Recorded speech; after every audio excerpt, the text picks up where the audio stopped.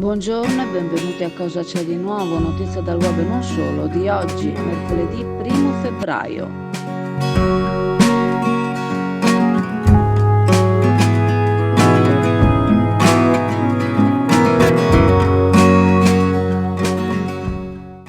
Tempi durissimi per i ladri e per chi circola nel veneziano senza assicurazione oppure con l'auto non revisionata a tempo debito.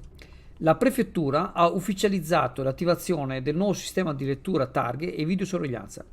Si basa su 13 portali sparsi lungo le principali arterie della città metropolitana di Venezia e in grado di riconoscere attraverso la lettura delle targhe i veicoli non in regola. Le telecamere non serviranno alle multe per eccesso di velocità, assicura il sindaco metropolitano Luigi Brugnaro.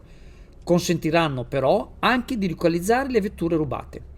Inoltre, qualora un'auto fosse stata presente sulla scena di un reato, sarà possibile tracciare i suoi movimenti nei giorni prima e dopo. Il sistema, finanziato integralmente dalla città metropolitana di Venezia, per un totale di 650.000 euro, è già a disposizione delle forze dell'ordine, tutte rappresentate all'atto della firma del protocollo. Il sistema di indagine informatico nazionale era stato recentemente sbloccato dal Ministero dell'Interno del governo Meloni, Matteo Piantedosi. Già nel corso dei test preliminari era emerso che sul Ponte della Libertà, percorso quotidianamente da circa 26.000 auto, ogni 24 ore passano mediamente 300 vetture senza revisione ed un centinaio con l'assicurazione scaduta. I varchi non possono far scattare automaticamente le multe, così come fanno gli autovelox. La segnalazione della targa in tempo reale viene però trasmessa istantaneamente a tutti i posti di blocco e ai mezzi in servizio nei paraggi. Befed, il pub di successo tutto italiano, dove trovi l'inimitabile galletto da mangiare con le mani, accompagnandolo con la tipica birra artigianale. Il galletto è sano, genuino ed eccellente, garantito da filiera controllata Valle Spluga e la birra artigianale nasce dall'esperienza di maestri birrai Befed. Befed, presso il parco commerciale Clodì per giovani e famiglie, un posto dove puoi sentirti come a casa tua.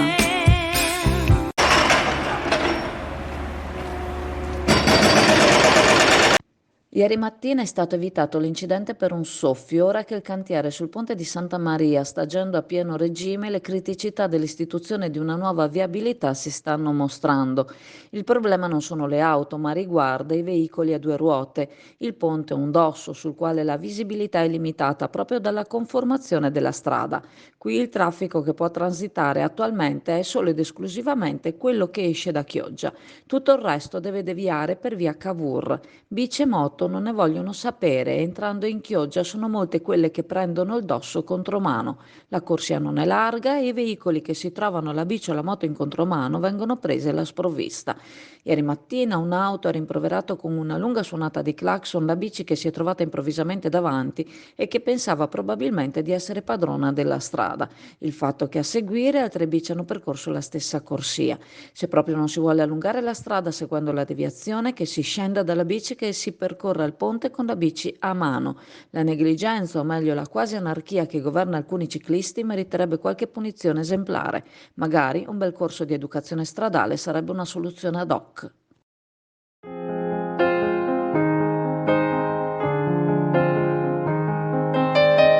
Alla cartoleria Pegaso trovi il 30% di sconto su tutte le fustelle Sizzix originali e compatibili, alte per feltro e panolenci, basse per carta, cartoncini e gomma Eva. Prima passi in negozio, più scelta hai. Ti aspettiamo alla Pegaso.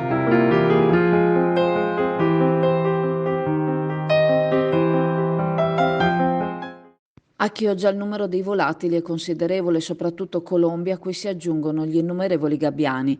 Il loro guano ricopre monumenti, statue, calli e rive e talvolta gli uccelli riescono ad entrare da finestre lasciate aperte e dalle luci degli immobili in cantiere, certamente non apportando benefici. Per evitare spiacevoli sorprese si installano sistemi antipiccioni e reti anti-invasione.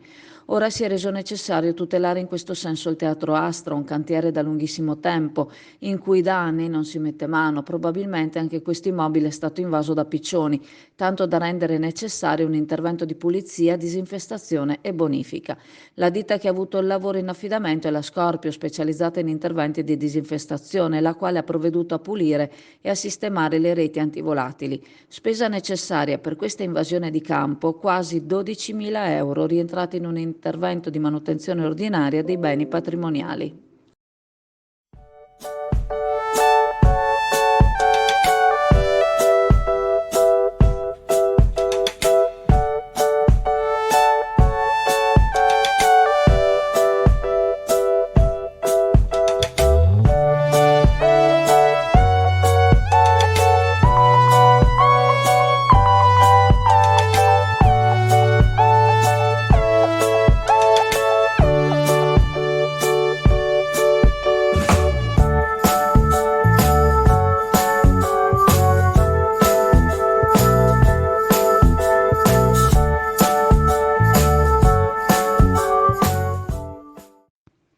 Sono 6 su 7 le province venete che sforano i limiti per lo smog. Uno studio di Malaria e di Legambiente ha diffuso dati definiti inquietanti dalla consigliera Baldin. Gli sforamenti ai limiti sono continuativi e gravi, riporta, incolpando la mancanza di investimenti sul trasporto pubblico locale a favore della mobilità privata. La consigliera ha quindi presentato un'interrogazione a risposta immediata chiedendo alla Giunta che azioni intenda mettere in atto. Si deve modificare lo stile di vita, afferma la consigliera, avviando anche politiche pubbliche verso una transizione ecologica che si dimostra non più rinviabile. Passa all'Indiga a trascorrere una pausa in relax e vista mare. All'Indiga troverai dell'ottimo gelato artigianale, gusti tradizionali e novità per deliziare il tuo palato.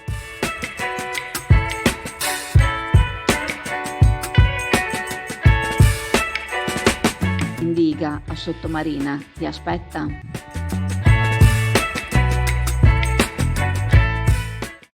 Montanariello, consigliere regionale, esprime solidarietà nei confronti del personale sanitario di Chioggia che sta subendo episodi di violenza.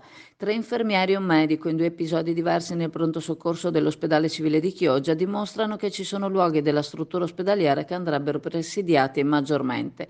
Non aiuta a calare la tensione e la disfunzione del sistema, incalza Montanariello, di cui il personale sanitario non è responsabile, che rischia però di sfociare in atti di violenza. Dovere anche del governo della regione cercare di risolvere i problemi attuali alla radice, riorganizzando e investendo sulla sanità di base e sui reparti di emergenza-urgenza. Sul tema interviene anche l'assessore regionale alla sanità Manuela Lanzarin, che afferma che la sicurezza nel luogo di lavoro è un diritto di ogni dipendente, ma i numeri degli episodi di violenza verbale e fisica ai danni del personale sanitario sono in aumento. Si stima che a livello nazionale le aggressioni siano circa 1.200, il 70% degli aggrediti sono donne. Il commento dell'assessore conclude il corso sulla sicurezza diretto al personale sanitario. I reparti a maggior rischio sono emergenza-urgenza, psichiatrici, geriatrici, SERD, SERT e l'assistenza domiciliare. Il più toccato da tali episodi è il pronto soccorso, il tipo di aggressione e la minaccia. Il corso, che si è concluso il 24 gennaio scorso, ha formato 85 istruttori regionali che svolgeranno corsi aziendali rivolti a tutto il personale in tema aggressioni e atti di violenza. Durante il corso sono state presentate le linee di indirizzo per la gestione delle aggressioni e illustrate le tecniche comunicative e comportamentali per riconoscere e prevenire gli episodi di violenza in presenza di persone agitate e violente in contesti emergenziali. Sono state impegnate la Fondazione Scuola di Sanità Pubblica e Azienda Zero nella formazione di una vera e propria task force che andrà a sostegno degli operatori, favorendo momenti formativi per affrontare il momento storico attuale al fine di garantire il benessere nei luoghi di lavoro. SD Auto informa della novità per il 2023, la revisione dei carrelli in sede. Si effettuano revisioni in sede dei rimorchi di massa complessiva non superiore ai 3.500 kg, 01 e 02, di carrelli per imbarcazioni, per moto, per auto, roulotte, trailer per il trasporto cavalli, carrelli tenda, carrelli trasporto animali e tutti i carrelli di massa complessiva non superiore ai 3.500 kg. Potete contattare SD Auto per qualsiasi informazione o chiarimento. Ciao Chioggia Azzurra, l'argomento di questi giorni, che è anche l'argomento clou di oggi, è Alfredo Cospito e le manifestazioni violente a suo favore. A mio avviso, al di là del tifo da stadio che ha accompagnato anche oggi la vicenda, vale la pena di riflettere sul famoso detto cui prodest, a chi giova.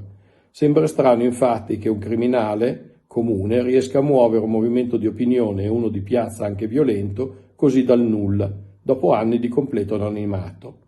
Emblematiche sono le sue parole dopo l'arresto di 10 anni fa. In una splendida mattina di maggio ho agito e in quelle poche ore ho goduto appieno della vita e in un'Europa costellata di centrali nucleari uno dei suoi maggiori responsabili è caduto ai miei piedi. Queste le sue parole dopo aver gambizzato Roberto Dinolfi, amministratore delegato di Ansaldo Nucleare, che cadendo a terra gravemente ferito si rivolgeva così al suo boia: «So chi vi manda». Il motivo era dunque mettere la parola fine per sempre al nucleare in Italia, già colpito mortalmente dal referendum del 2011, celebrato immediatamente dopo l'incidente di Fukushima? Per chi non ricorda, l'11 marzo 2011, a seguito di un violentissimo terremoto sottomarino, l'area della centrale sulla costa del Giappone fu colpita da uno tsunami che danneggiò il sistema di raffreddamento di emergenza dei 3 reattori nucleari, provocando così il meltdown, cioè la fusione del nocciolo. A seguito di quell'incidente si votò in Italia un referendum per l'abrogazione delle nuove norme per la produzione di energia nucleare appunto sul territorio nazionale. Il referendum raggiunse per poco il quorum e ovviamente quelli che votarono in massa per la chiusura definitiva del progetto nucleare in Italia. Si aprì così la strada ad una nuova politica energetica che prevedeva l'utilizzo del metano proveniente dalla Russia e si cantierò il progetto South Stream, il gemello del Nord Stream. Il South Stream doveva passare appunto a sud, flusso del sud, a sud dell'Ucraina. Dopo l'invasione della Crimea del 2014, il progetto fu definitivamente abbandonato. Questi fatti rimandano a 2 episodi del passato. Uno, la morte dell'attivista nordirlandese Bobby Sands, che a seguito dello sciopero della fame a oltranza morì appunto in carcere, scontrandosi con Margaret Thatcher, che definì Sands un criminale terrorista e che come tale doveva essere trattato senza nessuna misericordia e senza cedere a nessun ricatto.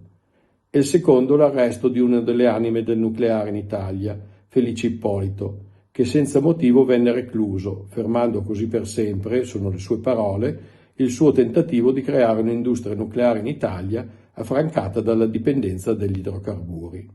La nostra Premier, che come Grinta ricorda molto la Thatcher, almeno ha un'esperienza a cui guardare. Allora, siamo alla Camera, Pescheria Camera qua ai saloni e la Camera ha deciso di iniziare il servizio di pulizia del pesce. È assolutamente obbligatorio la prenotazione per la pulizia del pesce. Se qualcuno giustamente vuole prima venire a vedere il pesce, voi sapete che qua avete il prezzo, avete la qualità, per la pulizia passa magari pomeriggio o passa proprietario. La prenotazione si chiede almeno il giorno prima e al numero WhatsApp 334 6698 158. Vi ricordiamo che venire qui in pescheria è comodissimo, c'è un ampio parcheggio, quindi evitate qualsiasi tipo di stress. Il Comitato Rivavena, tra i desiderata presentati all'amministrazione, ha evidenziato la necessità di portare almeno a una soglia di decoro i palazzi abbandonati che sono situati in questa parte di Chioggia.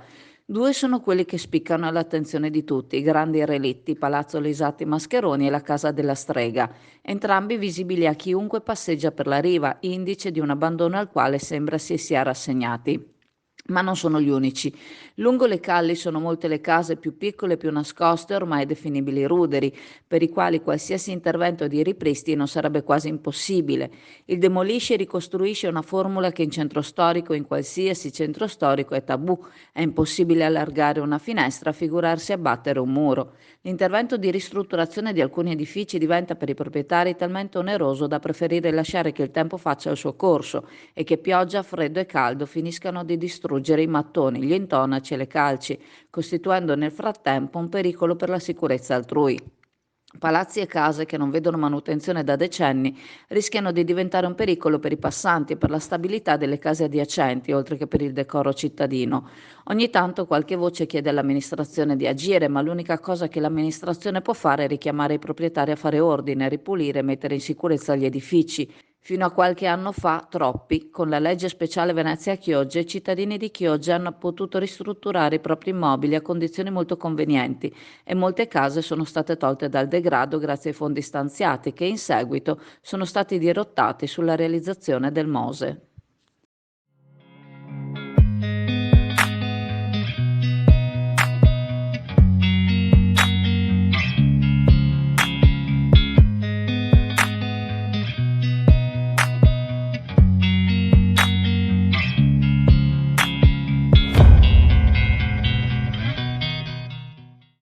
Ricordandovi che la farmacia di turno oggi, mercoledì 1 febbraio, è la farmacia al mare in via San Marco a Sottomarina, vi ringrazio e vi saluto e se volete ci vediamo in negozio alla cartoleria Pegaso a Borgo San Giovanni.